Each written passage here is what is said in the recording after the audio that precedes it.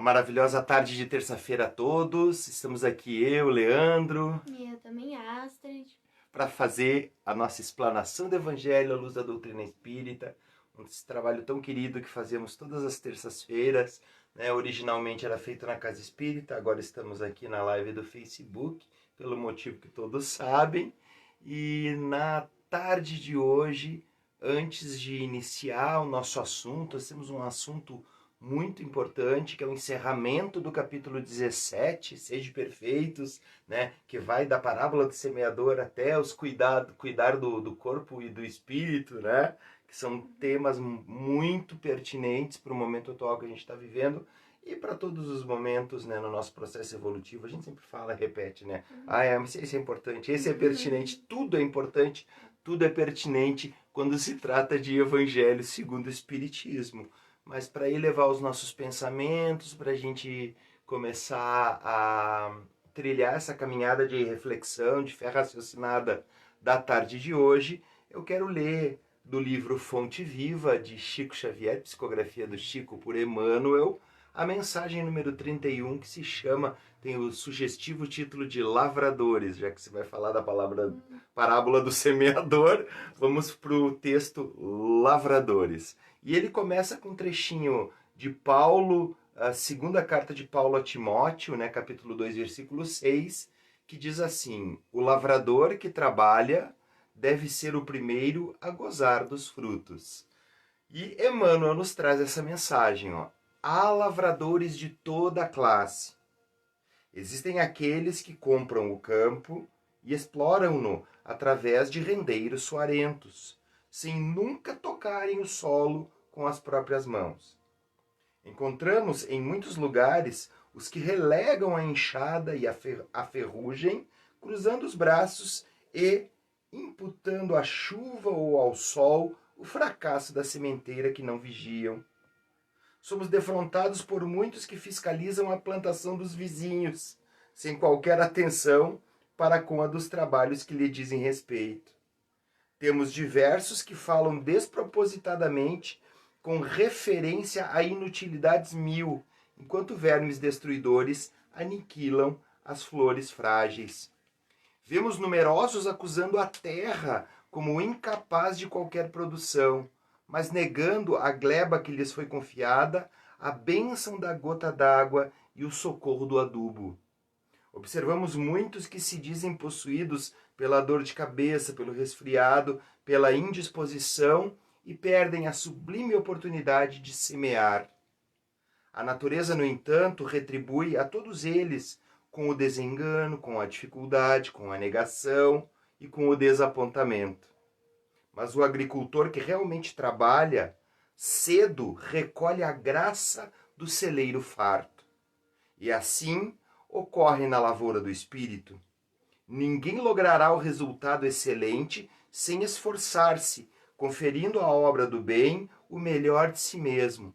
Paulo de Tarso, escrevendo numa época de senhores e escravos, de superficialidade e favoritismo, não nos diz que o semeador, distinguido por César ou mais endinheirado, seria o legítimo detentor da colheita, mas asseverou, com indiscutível acerto, que o lavrador dedicado às próprias obrigações será o primeiro a beneficiar-se com as vantagens do fruto. Então, depois dessa leitura tão bonita, agora quem se sentir à vontade para fechar os olhos pode fechar. Então vamos elevar os nossos pensamentos a Deus, vamos acalmar a nossa mente e também vamos acalmar o nosso coração para que a gente possa se conectar uns aos outros agora nesse momento dessa explanação do Evangelho que a gente vai realizar, para que nós criemos uma corrente de pensamentos positiva, para que nós possamos absorver ao máximo as informações que a gente vai ouvir hoje aqui e que, se possível, nós consigamos colocar os ensinamentos do Mestre, as palavras que estão ali no Evangelho, em prática no nosso dia a dia, para que aos poucos a gente possa se tornar pessoas melhores, que nós consigamos também fazer o bem ao nosso próximo e constantemente evoluir. Então, humildemente, nós pedimos permissão para iniciar a explanação do Evangelho de hoje. Que assim seja. Que assim seja. Então tá. Então, gente, só relembrando para quem chegou agora, né, a gente vai tratar do capítulo 17, Sede Perfeitos, hoje, do item 5 até o item 11, né, que é da parábola do semeador, até o final do capítulo. Então, a gente vai terminar esse capítulo hoje. Eu vou começar falando sobre a parábola do semeador, né, que é uma parábola muito famosa. Muitas parábolas de Jesus são famosas, né, a maioria das pessoas conhece elas. Mas essa em especial, ela é uma exceção, né? Porque, se eu não me engano, é a única parábola do Evangelho. Eu acho que Jesus, ele mesmo, explica o significado da parábola. E tá aqui no trecho evangélico Jesus mesmo explicando com as palavras dele o significado da parábola do semeador.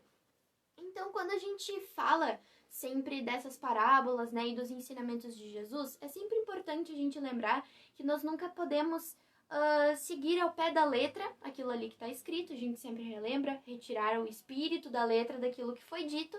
E também é bem importante que a gente sempre se situe no contexto histórico em que aquilo aconteceu, né? Porque os costumes da época de Jesus eram bem diferentes do que é hoje, né? E essa parábola do semeador, como já diz o nome dela, né? A gente consegue imaginar que ela fala sobre agricultura, né? E ela faz uma alusão à revelação divina. Por via de regra, a maioria das parábolas que falam sobre agricultura tem essa ligação ali com a revelação divina. Então, é importante que a gente saiba que a maneira como eles faziam a agricultura na época de Jesus era diferente da que é de hoje em dia, né? Então, hoje em dia, os agricultores, eles primeiro preparam a terra e depois plantam as sementes, enfim, colocam as sementes ali. E na época de Jesus era diferente, né? Os agricultores, os que saíam a semear, eles simplesmente jogavam as sementes no terreno sem antes ser preparado. Por isso que algumas caíam em terrenos onde tinham algumas ervas daninhas, algumas pedras, enfim, esse tipo de coisa. E agora, sabendo disso, a gente pode ler a parábola e a gente vai entender melhor o contexto em que Jesus estava falando isso para os seus discípulos, enfim, para aquelas pessoas que estavam escutando ele. Naquele mesmo dia, Jesus, tendo saído de casa, sentou-se perto do mar e se reuniu ao seu redor uma grande multidão de povo. Por isso, ele subiu num barco, onde se sentou, todo o povo estando na margem, e lhes disse muitas coisas por parábolas, falando-lhes desta maneira: Aquele que semeia saiu a semear, e enquanto semeava, uma parte da semente caiu ao longo do caminho, e vindo pássaros do céu, a comeram. Então, algumas sementes ali, quando ele estava semeando, caíram ali na beira ali da estrada, ali daquele caminho, e vieram os pássaros e comeram as sementes. Outra caiu nos lugares pedregosos, onde não havia muita terra, e logo nasceu, porque a terra onde estava não tinha profundidade. Mas o sol, tendo se erguido em seguida, a queimou, e como não tinha raízes, secou. Aí já de novo está fazendo uma alusão a essa maneira que eles tinham de fazer agricultura, né? Eles largaram lá, as sementes caíram ali num lugar onde tinha pedras, a terra era fofa, não tinha sido preparada antes, logo floresceu e depois já ressecou com a vinda do sol. Outra caiu nos espinheiros, e os espinhos, vindo a crescer, a sufocaram. Outra, enfim, caiu na boa terra e deu frutos, alguns grãos rendendo 100 por 1, outros 60 e outros 30. Que ouça aquele que tem ouvidos para ouvir. Então Jesus começa a sua explicação sobre essa parábola, né?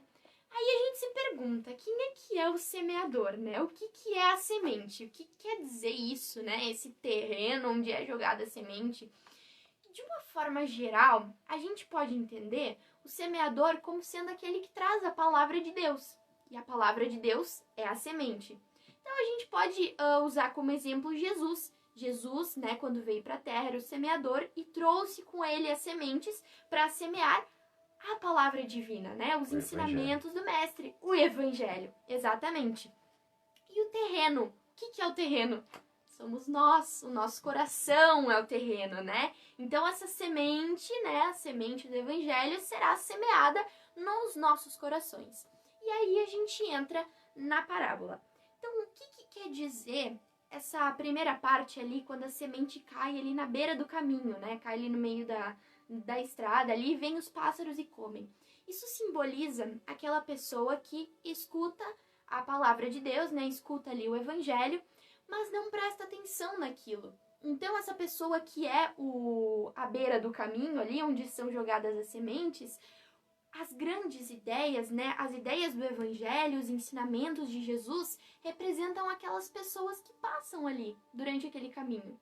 E a gente olha para essas pessoas, mas elas vão embora e a gente acaba esquecendo, né? É aquela pessoa que escuta os ensinamentos do evangelho, mas não presta atenção naquilo. E depois de um tempo eles são levados embora e passam. E a gente se esquece disso, não lembra mais. Aí, essa outra situação das sementes que caem ali num terreno pedregoso, né? Que elas logo florescem, mas depois já vem sol e resseca porque elas não tinham raízes. Representa aquela pessoa que num primeiro momento escuta a palavra de Deus, escuta os ensinamentos do evangelho e ali de primeira ela recebe aquilo ali com a felicidade, com alegria, aqueles ensinamentos, né? Mas aí, como ela não tinha raízes dentro dela, dentro do seu coração, em relação aos ensinamentos do evangelho, vem as dificuldades que atingem ela no meio do caminho. E a gente sabe disso, porque todos nós passamos por dificuldades. Quando vem essas dificuldades, essa sementinha ali da palavra de Deus acaba ressecando. Assim como aquelas espécies de perseguições, né? Quando a gente começa a ter uma ideia na nossa cabeça, digamos que a gente tenha tido o primeiro contato ali com esses ensinamentos, o ensinamento do evangelho, a gente está tentando praticar o bem, sempre vem aquelas pessoas que vão criticar, vão tentar contradizer essas ideias. E se aquela pessoa não criou as raízes dentro do coração dela, aquela semente vai ressecar. E assim, quando chegarem as dificuldades, ela vai blasfemar contra Deus, vai dizer por que isso está acontecendo comigo, vai se revoltar contra aquela situação, porque ela não compreendeu aquele ensinamento, aquelas palavras ali. Então era isso que Jesus estava tentando dizer com relação a essas sementes que caíram ali em meio às pedras. Aí vem a situação dos espinhos, né? As sementes que caíram naquele terreno espinhoso, vieram os espinhos, cresceram e sufocaram aquela semente. Isso representa aquela pessoa que escuta a palavra de Deus, escuta os ensinamentos do evangelho, mas logo se deixa levar pelas ilusões da matéria, pelas ilusões das riquezas. Aí vem o materialismo, né? Aquela espécie de vaidade cresce dentro dela e o materialismo vem e sufoca essa semente, né? A palavra. O atavismo de crenças. O atavismo de crenças. Crenças ilusórias, mágicas, místicas também servem como alusão aos espinhos. Exatamente. E todas essas coisas acabam daí, então, sufocando esses ensinamentos que aquela pessoa escutou, né? E por fim, vem as sementes que caem na terra boa, né? Que frutificam, dão os frutos e multiplicam depois por 100 frutos, outros 60, outros 30, que também é uma coisa que a gente vai abordar depois. Mas isso, o que representa isso? Representa aquela pessoa que escuta os ensinamentos, escuta a palavra, realmente entende aquilo, realmente presta atenção e faz dar frutos. O que seria isso? Aquela pessoa que escutou os ensinamentos do evangelho e tenta pôr em prática no seu dia a dia. Realmente compreende aquilo ali, leva para a sua vida aquilo e tenta pôr em prática. E pondo em prática, ela vai estar realizando a reforma íntima dela, ajudando o seu próximo e frutificando, que seria mudando o mundo ao seu redor, mudando o ambiente em que está inserido, né? E quando a gente pensa nesse trecho aqui, que alguns grãos rendendo 100 por 1, outros 60 e outros 30, vem à nossa mente a questão do sacrifício pessoal de cada um, né? A se modificar, a passar por cima dos seus interesses para ajudar o próximo. E quanto mais a pessoa se doar, quanto mais a pessoa decidir que ela quer se modificar, mais frutos ela vai render. Então isso só depende da gente.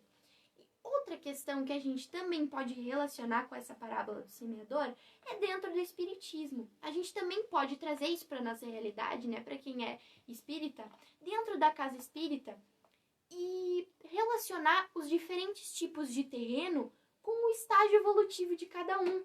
Então, algumas pessoas são a beira do caminho, algumas pessoas são o terreno pedregoso, outras o terreno espinhoso, outras o terreno que tem a boa terra, né? Aquela boa terra.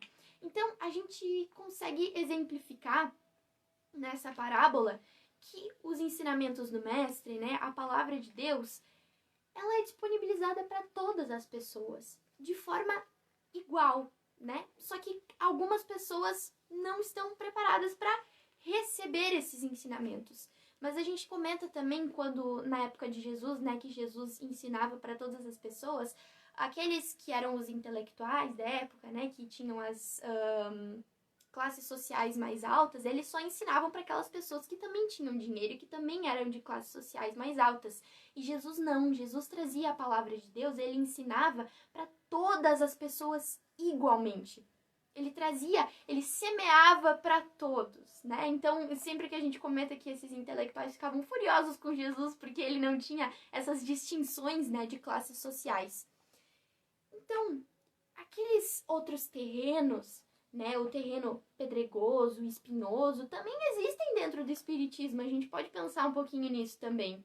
São aquelas pessoas que se deixam levar ali pelas ilusões, pelos fenômenos materiais do espiritismo, né? Tratam o espiritismo como um objeto de curiosidade, ou muitas vezes se surpreendem com os fenômenos das comunicações dos espíritos e não estão ali presentes, realmente entendendo o que está sendo dito pelo verdadeiro significado, que é para entender os ensinamentos do mestre, né? Para compreendê-los e colocar em prática no nosso dia a dia. Então, de uma maneira geral, é isso que a parábola do semeador nos indica, que nós somos o terreno em que a semente é colocada ali e a gente que tem que fazer ela frutificar, né? De acordo com o nosso nível evolutivo. Então, passo a palavra para ti agora para continuar nosso estudo. Gente, não é à toa que São Tomás de Aquino, um grande cronista e um grande teólogo católico, cristão, né, do passado, e mais recentemente Karvar Schutel, o pesquisador espírita, no seu livro Ensinos e Parábolas de Jesus, coloca a parábola do semeador como a parábola das parábolas. Ela é muito abrangente como instrumento de reflexão para todos nós. Foi muito bem explanada pela Astrid a questão da palavra do Cristo, da palavra do Evangelho, da palavra de Deus caindo em nós. E a nossa responsabilidade em transformar esse terreno, muitas vezes beira de estrada, muitas vezes pedregoso, muitas vezes raso, espinhento, em um terreno fértil. Porque o Mestre Jesus, ele não é só o divino semeador, ele é o divino lavrador. O Mestre Jesus, ele faz, se a gente quiser, ele faz com que esse terreno pedregoso do nosso coração se torne fértil para receber essas sementes do Evangelho. E o capítulo 17, Sede Perfeitos, ele é todo sobre isso. Como a gente buscar as perfeições através de adquirir virtudes e deixando os vícios para trás. Nós somos criados simples e ignorantes por Deus. O que é isso? Todos nós estamos em vias de evolução. Se hoje o nosso terreno está um pouquinho mais fértil, é porque a gente trabalhou junto com o lavrador, junto com o semeador Jesus, e o nosso esforço através do livre-arbítrio para arrancar o espinheiro da nossa ignorância, arrancar o espinheiro do nosso egoísmo, retirar as pedras do materialismo, e aprofundar e afofar e deixar esse solo mais cheio de humus, mais cheio de nutrientes para que a semente do Evangelho possa crescer. O Evangelho não é só para aqueles que já alcançaram o nível evolutivo para compreender e botar em prática. O Evangelho é para todos, gente. Para todos os terrenos. Só que cabe a nós, junto com esse grande mestre divino dispensador de bênçãos e de sementes e de instrumentos para arar e preparar a terra, que é Jesus, transformar esse terreno num terreno fértil. E aqui na instrução dos Espíritos, na continuação do Evangelho, nós temos alguns temas para fechar esse raciocínio. A gente tem um primeiro tema que é o dever, tem um outro tema que é a virtude, aí continua com superiores e inferiores, e aí ele vai para a culminância, o homem no mundo e cuidar do corpo e do espírito. Porque para preparar esse terreno, para a gente construir, né, o local aonde vai cair e vai germinar e vai frutificar a semente do Evangelho, nós temos que ter certeza do nosso dever, o nosso dever evolutivo. A gente tem que ter certeza de o porquê nós estamos aqui. Qual é o motivo que nós estamos aqui na Terra, envergando este corpo físico que nós temos nesse momento, com a nossa formatação familiar do jeito que ela é, com o nosso trabalho, com o nosso ganho material do jeito que ele é, com as dificuldades e as bênçãos que a gente está recolhendo. Aqui diz que o dever é a obrigação moral diante de si mesmo, em primeiro lugar, e depois dos outros. O dever é a lei da vida. De que dever eu estou falando, pessoal? O dever de ser cada dia melhor através do Evangelho de Jesus. Aí eu me lembro daquela frasezinha do Chico: aos outros eu dou o direito de serem como são, e a mim o dever de ser cada dia melhor. O dever começa precisamente no ponto em que ameaçais, olha que interessante, a felicidade ou a tranquilidade do vosso próximo. E termina no limite que não desejaríeis ver transposto por ninguém em relação a vós mesmos. O ser humano, nós seres humanos, nós lá no primitivismo a gente trilhava uma caminhada. Essa caminhada era uma caminhada muito egoística, por causa da nossa condição primitiva, né? A gente lutava para sobreviver, a gente lutava para manter a nossa vida física, as nossas sensações mais baixas, né? De fome, de sexualismo, de posse, de poder. E quando a gente começou a se preocupar que as nossas ações impactavam também na felicidade e no bem-estar do outro, o que aconteceu no planeta Terra? Aconteceu a criação das sociedades e das famílias organizadas e unidas pelos laços de amor, fraternidade, respeito e cuidado um com o outro. No momento que isso aconteceu, o planeta Terra deu um salto evolutivo. É um dever, gente, esse processo evolutivo continuar ininterrupto através da busca das nossas virtudes, da busca por arar e preparar esse terreno.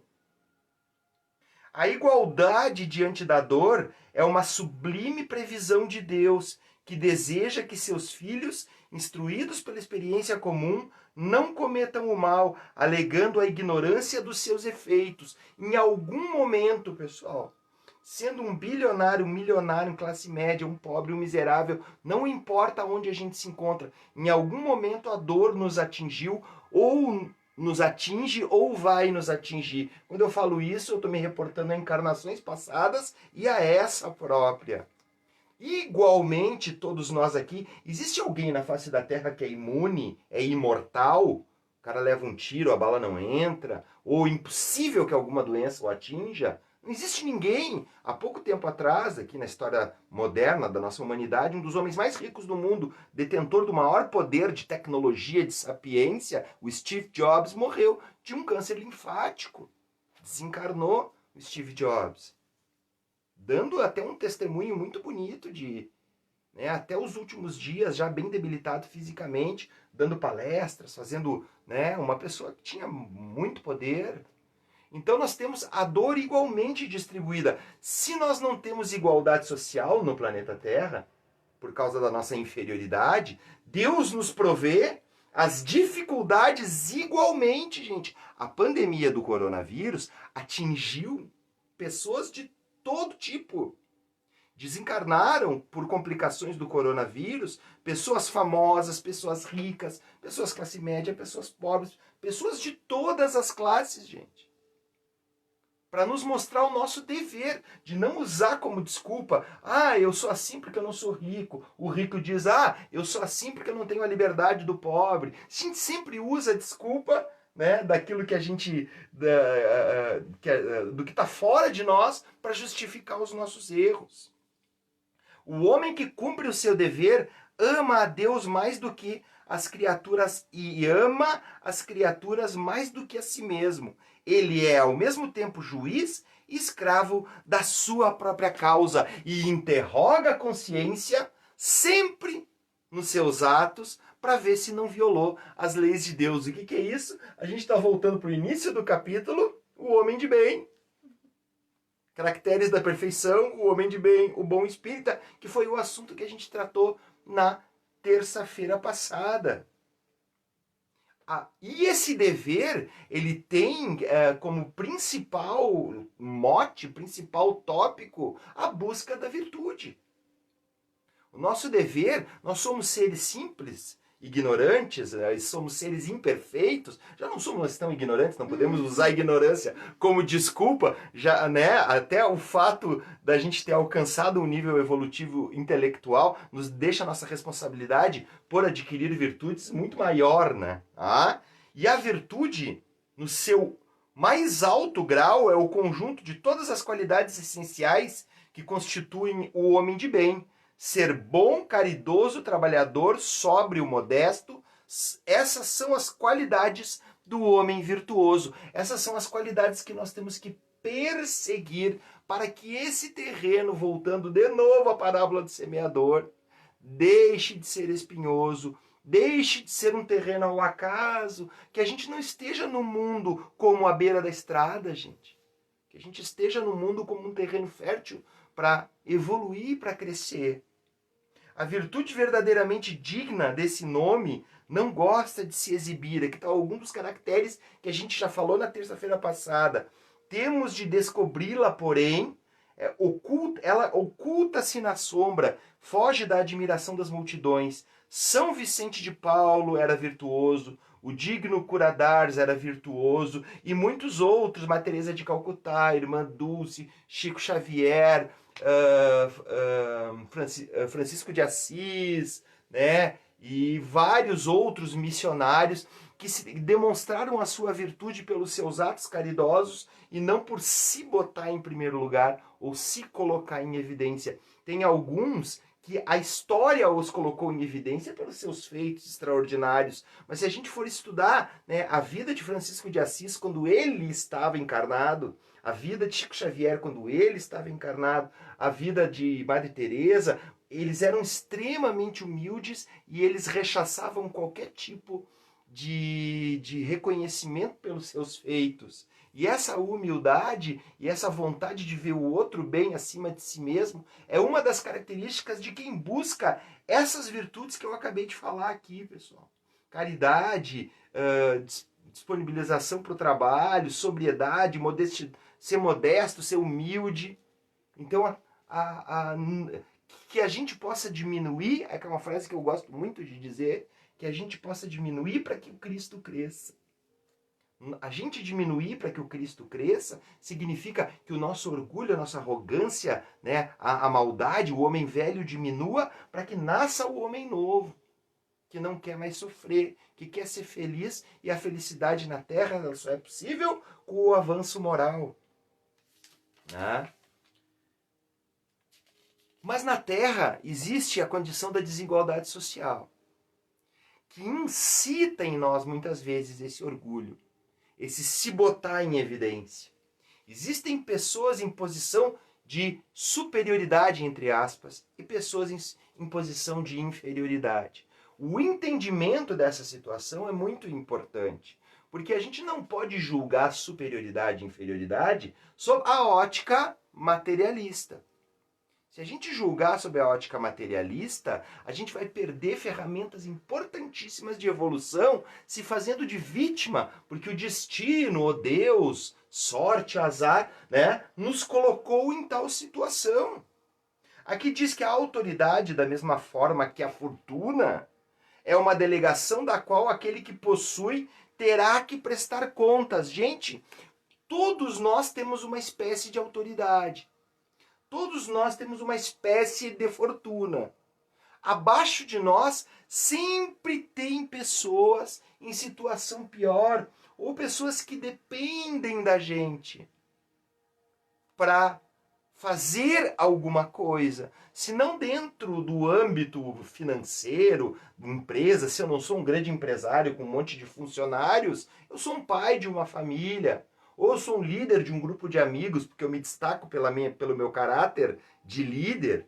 E aí, existem pessoas ali que estão contando com a minha indicação de liderança. Eu posso esmagá-los, como acontece muito em círculos de amizades, né? Aquele que é o líder esmaga aquele que é mais fraco. Eu posso esmagar as pessoas da minha família, por eu estar numa posição de pai ou de mãe, ou alguém que manda, que é o provedor daquela família.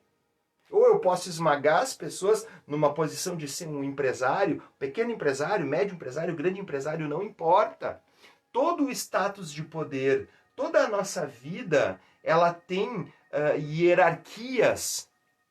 Nós somos colocados em hierarquias. E não importa o tamanho desse poder, o tamanho da quantidade de dinheiro, quantidade de recursos que tu movimenta, quantidade de pessoas que tu sustenta, toda a autoridade, assim como toda a fortuna, são presentes dados a nós por Deus, ferramentas dadas a nós por Deus, para que a gente possa, primeiro, se melhorar.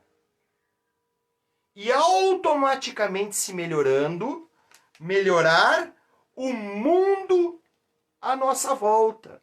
Porque esse é o papel do homem no mundo, que é o tópico do item 10 da instrução dos espíritos. A gente utilizar todas as nossas ferramentas. Se Deus nos colocou em posição de poder liderar pessoas, de poder influenciar pessoas através do nosso exemplo, da nossa palavra, do nosso direcionamento, não importa em qualquer área, pode ser na área, né, das relações comerciais, pode ser na área religiosa, filosófica, pessoal. O fato de eu frequentar a doutrina espírita, frequentar qualquer uma outra religião, tem um vizinho, tem um amigo que não teve essa coragem ou não conseguiu ainda estar cercado por espíritos obsessores e não conseguiu sair daquele ciclo vicioso. E ele vai recorrer a ti para pedir um conselho. E a gente tem duas coisas. A gente pode julgar e esmagar a pessoa com o conhecimento que a gente adquiriu dentro da doutrina espírita, ou dentro da religião, como a gente pode ser fraterno com aquele irmão e trazer ele para cima. Tirar aqueles espinhos que ele carrega dentro do seu coração, tirar as pedras e ajudar ele a preparar a terra fértil para a semente do evangelho que virá com certeza. Nós somos fadados à melhora espiritual. Ninguém vai ficar eternamente estacionado na iniquidade e no mal. O papel do homem do mundo é melhorar a si mesmo, não importa a situação que ele se encontra, o nicho que ele se encontra, e melhorar o mundo à sua volta. Tu pode estar amealhando bilhões, fortunas. Tu pode estar fazendo impérios crescerem. Mas se aquelas tuas ações ali estão impactando negativamente no mundo à tua volta, tu não estás cumprindo com o teu papel do homem no mundo.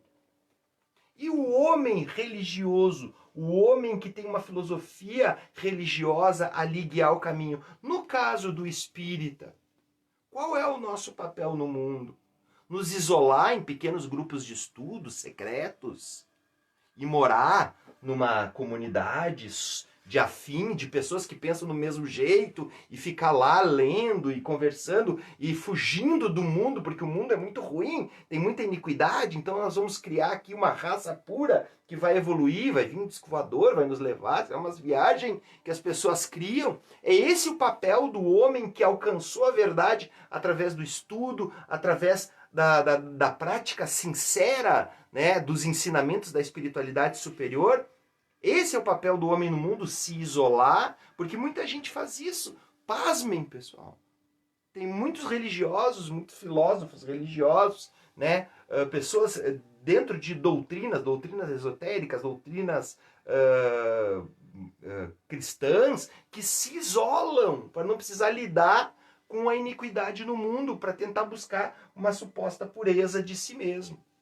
E nesse processo de buscar uma pureza de si mesmo, muitas vezes fazem sofrer o veículo físico, pessoal. Como se isso fosse garantir a sua pureza espiritual. E aí nós vamos para o outro tópico, que é cuidar do corpo e do espírito.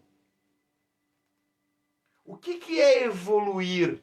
Se o papel do homem no mundo é viver no mundo para ajudar o seu próximo, que está em situação pior, estender a mão e não se isolar com os seus pares, ele precisa, para viver no mundo, para estender a mão, para soerguer aquele que está caído, ele precisa estar bem com o seu veículo físico. Muitas pessoas, na busca de um nirvana, na busca de uma elevação espiritual, começam a fazer sofrer o seu corpo físico com uma alimentação que não lhe dá nutrientes, com falta de atividade física, inclusive até criticando as pessoas que fazem atividade física. Nós estamos falando aqui de equilíbrio, pessoal. Não estou falando daquelas pessoas que levantam pesos e ficam monstruosas e deformam o seu corpo, ou que gastam todo o tempo da sua vida só no culto à beleza física. Isso é o outro lado da moeda. É o outro lado da moeda daquele que mortifica o seu corpo em busca de uma santidade. A pessoa está ali, pele e osso, não consegue nem se movimentar. Como é que vai ajudar alguém? Isso é egoísmo, vai ajudar só a si mesmo, na clareza dos seus pensamentos. E quando chegar do outro lado, e o tribunal da consciência perguntar: o que tu fizeste pelo teu próximo? Nada, porque eu me tranquei lá numa cabana e fiquei lá comendo ervas e meditando a minha vida toda. E tinha uma gama de pessoas no meu projeto reencarnatório que eu deveria ter auxiliado, e eu deixei elas lá, sozinhas no mundo, e me retirei. Então, a vida do homem que busca a evolução espiritual, ela deve ser equilibrada, pessoal. Um motorista de... Vamos fazer uma comparação aqui. Um motorista de aplicativo, né? Ele é o espírito. O automóvel que ele utiliza para o seu ganha-pão é o corpo físico. O que importa é o motorista. O automóvel não importa. Se o motorista for bom, se ele for simpático, se ele for... Não, o automóvel importa sim, porque se alguém chamar ele, o automóvel vai ter que estar em condições de ir até lá para pegar a pessoa e levar. Se ele não cuidar o óleo, se ele não cuidar os pneus, se ele não cuidar, né, a mecânica do carro, não vai adiantar. Ele pode ser o melhor motorista do mundo. Pode ser o Lewis Hamilton, que é o maior piloto do mundo. Se não tiver um carro em condições, ele não vai sair do lugar, gente. Então tem muitos espiritualistas e muitos espíritas que têm esse pensamento. Em busca de uma sapiência, de conhecimento, mergulham nos livros, mergulham nos cursos, mergulham nos trabalhos dentro da casa espírita, demonizam, literalmente, e criticam injustamente as pessoas que fazem atividade física de maneira equilibrada, buscando saúde. Ridicularizam muitas vezes, utilizando o seu conhecimento, né? Sua suposta sapiência, para justificar a sua inércia, a sua preguiça em cuidar do seu veículo físico. A gente vê pessoas desencarnando de problemas de saúde que poderiam ser evitados por uma alimentação balanceada, equilibrada, por uma atividade física moderada, né, bem feita, bem instruída por profissionais que são inspirados pela espiritualidade para fazer isso. Por isso seguiram essa carreira aqui na Terra, assim como os médicos, os advogados, os engenheiros, tem os educadores físicos, tem os fisioterapeutas, tem os terapeutas de todo tipo que cuidam do corpo físico das pessoas. Então, cuidar do corpo e do espírito são coisas cruciais na nossa jornada. Não deixar nenhum nem outro de lado. Só cuidar do corpo físico. O espírito que fique para outra encarnação. Né? Eu vou cuidar do meu corpo físico, eu tenho que malhar, tenho que ser bonito, tenho que sair em capa de revista. Não, gente. Porque eu não vou estar preparado para as dores, sofrimentos que me atingirem. Eu só vou ter um corpo físico bonito. Ou então, não, vou largar meu corpo físico para lá e vou cuidar só do meu espírito, vou cuidar só do meu conhecimento, né?